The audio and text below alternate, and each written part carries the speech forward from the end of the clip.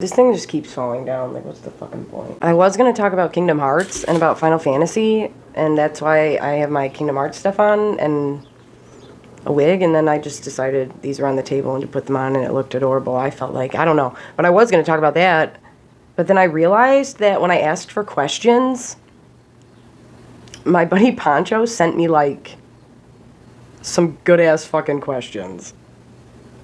Sent me, like, 20. So we might switch topics for today. First one is, you can only have one, and the other is wiped from history. Lord of the Rings or Game of Thrones? I have to say, keep Lord of the Rings, right? Like, you have to say keep Lord of the Rings. It's Lord of the fucking Rings. My favorite Ridley Scott movie, and I know this is you taking a shot at me, and I understand that, but I know he has great ones, and I know if I want to sound like I know what the fuck I'm talking about, I should be like Alien or Blade Runner or whatever the fuck. But the truth is, it's Gladiator, and I don't give a shit what anybody has to say. That's my favorite Ridley Scott movie. It's Gladiator, and like I said, if I want to sound like I know things, I should pick a different one, but I'm not going to pick a different one. It's fucking Gladiator. I didn't say I knew him. I said he touched me on the shoulder once.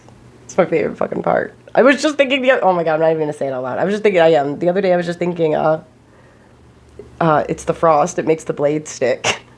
So yeah, it's Gladiator. Thoughts on Tim Burton and my favorite movie of his. Okay. I think Tim Burton is great. I really do. I just think he's gotten wrapped up, because he always is like, he's all over the place. He'll go prestige and then do a big wacky thing for Disney and get paid a bunch of money so that he can go and make another smaller film that he really wants to do. But I think Tim Burton's great. And my favorite, I mean, we have Batman, we have Edward Scissorhands, we have Beetlejuice, we have, or which one did he, no, yeah, I was gonna say, there's one in here, maybe it is Beetlejuice that he technically didn't direct. I might be fucking that up, but if I am, then I don't want to say that. I think it's probably Edward Scissorhands. It's Edward Scissorhands for sure, definitely. But there are other great, I mean, he's great. I cry when Iron Man died. No, because I was too busy with my mom gripping onto my shoulder going, Ab, no, this is wrong, over and over again. And I don't know why Mom and I haven't been beaten up in a theater yet, because at the end of every enormous film, she's either talking shit at Star Wars or fucking talking about them Voldemorting at the end of Infinity War, all loud and shit, and I'm surprised nobody's went nuts on us. I will tell you, I did cry when he talked to his dad. But that's because my dad passed away, and I know I'm a sucker. I'm a sucker for getting to talk to a dead parent. Who did I side with in Civil War, like in the MCU? Fucking Captain America, of course. Winter Soldier's my dude, of course. Of course, Captain America. What do you mean? Here's where things get complicated. He says, you just became queen. Who are your 7 Kingsguard or Queensguard? I know what you meant, though. And I'm assuming we're talking Game of Thrones here. Okay, so if we're talking living,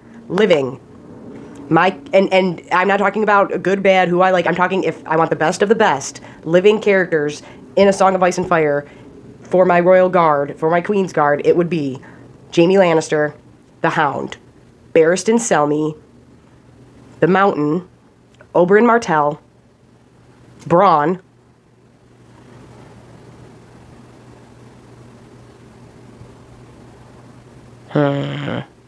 living.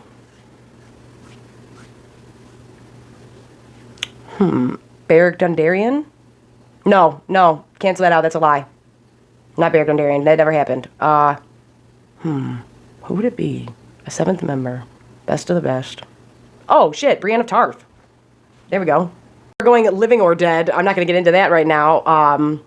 We'll save that for another day. That would be a whole other story. Shit, Sir Duncan the Tall, like, yeah, oh, shit. We are real professional around here, everybody. I get too hype talking about Game of Thrones. You know this about me, Poncho, but thank you. Like I said, these questions are, like, legit. My favorite member of the Fellowship and why? I feel obligated to say Gandalf, because that's just my favesies, but Legolas. Legolas is my favorite when I was younger. Legolas is my favorite now, and if you notice, Legolas is always the first one to get hype, which is, I think, odd for an elf. He's got a temper on him. He's always the first one to be like, you would die before your stroke fell. That's some gangster shit to say. Like, he's like, oh, really? Okay, because I know we're going to die, and I'm going to fuck you up anyway. And he does that with the Riders of Rohan at Helm's Deep. He's the first one, like, talking mad shit to Aragorn and being hype. And in Fellowship, he steps up at the council when he's like, do you know who this is? This is Aragorn, son of Arathorn. You owe him your fucking allegiance. Who are you? Sit down. I'm Legolas. the woodland fucking realm. We have favorite scene from each Lord of the Rings movie. Now, all of these are going to be different, but in Fellowship, I love when Bilbo's talking shit to his family when he's making his speech to disappear. I think that is hilarious and lost on many people. And he's just like, go the fuck away.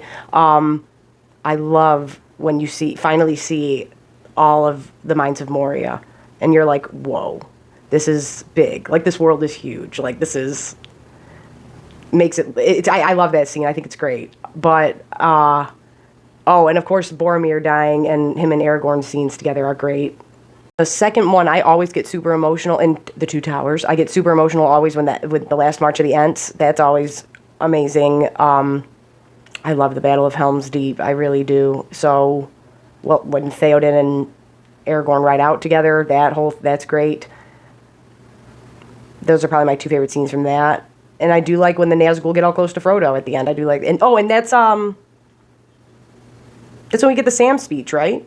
About even though shit's bad, we gotta make it get better. Like, it's one of the greatest things. That's in the second one, right? Yeah. So if that's in the second one, throw that in. But yeah, it's a passing thing. This shadow that. And for Return of the King, Theoden's speech when they ride up to Gondor, like that's great. I'm like my personal favorites. Oh, let's go back to Two Towers, because I do love the Eowyn scene. I do love when she says a cage and her and Aragorn, and he's like, "You're the daughter of kings. Like, that's not going to be your fate." Like, that's a great scene. But I'm trying to really think besides just like the whole Battle of Helm's Deep and Two Towers. No, Return of the King. That's where we are. Shit. I mean, so Theoden's speech outside of Gondor.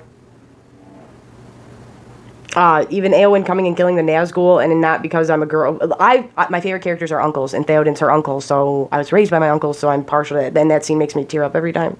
My mom loves when the ghosts show up. That's her shit. She loves that. But yeah, in Return of the King, I mean, it's all great. It's all great. I love when Sam kicks Gollum's ass. I do love it when Gollum and Sam scrap. If I wasn't doing this so half-assed right now, I'd probably go into more detail, because, like I said, in Fellowship, when Aragorn rides past and to look on the faces of my kin, I could keep going. Sorry, Lord of the Rings love right now. Could Roose Bolton outsmart and/or outcunning Tywin, or would he eventually lose? Roose Bolton wouldn't try that, and that's why I respect Roose Bolton.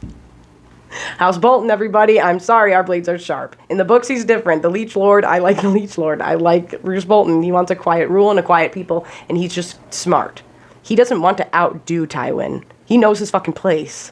And he's like, I'm better off riding in the back, like Horace Slughorn, another character I appreciate. He wouldn't try to do that to Tywin.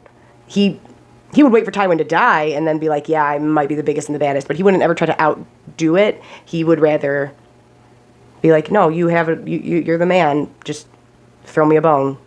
Is Die Hard a Christmas movie? Yes, Die Hard is a Christmas movie. Of course it's a Christmas movie. And Nightmare Before Christmas is, everybody's fucking it up. You watch that around Thanksgiving, right in the middle, right after Halloween, before Thanksgiving, and before we get too crazy into Christmas time. But I fucking love Christmas time, so I mean, but we don't start shit all early in this house. Yeah, you watch The Nightmare Before Christmas to tide you over before Christmas time, between Halloween and Thanksgiving. Okay? Okay. Oh, this is another Game of Thrones. What's more disappointing? This is from the books. No Lady Stoneheart or no... Oh, and then from Lord of the Rings, no Tom Bombadil. No Lady Stoneheart is sad. But the problem... we can get into the problems of Game of Thrones Poncho if you want. You can gladly talk to me. Me and you could go on for days. But they didn't introduce magic soon enough. This is a whole other argument. But Lady Stoneheart, because Tom Bombadil, as much as everybody loves him and as great as Tom Bombadil is, he doesn't add to cinematically, and in a movie, doesn't make sense to have this side shit in here. It just makes the story slog for a minute. And when you are not a crazy book reader like us, or if you're not a crazy book reader, it's okay. But I hate it when motherfuckers are like, oh, this little tiny thing should have been in there. No, Tom Bombadil's cool, and all that's cool. But there is no need for him in, technically speaking, in a movie, in like a cinematic version. That's why we don't have Tom Bombadil. So it's sadder that we don't have Lady Stoneheart, because if they would have introduced magic sooner and they would have done all this, I'm calling my shot. I think Lady Stoneheart is what's going to bring Jon back to life in the books. If we don't light him up on fire and he comes back, he is going, I think, ladies, because at the end of Dance of Dragons, Lady Stoneheart is in the north, and I think that's going to be Catelyn's last act, because she's so not herself, but there's still a little piece of her, and she's going to give up her life to bring Jon Snow back from the dead and come full circle with that whole bit, because you were a bitch to him when he was a kid and he couldn't control it, and this will be your way of bringing him back, and I think that's how we're going to get Jon back in the books. Lady Stoneheart. But they fucked everything up with magic, so whatever. My favorite Tom Hardy movie. The funny part is, my favorite one to look at him in is when he is Dark Knight Rises, which half his face is covered. But there's something about Bane, man. There's something about that Bane shit.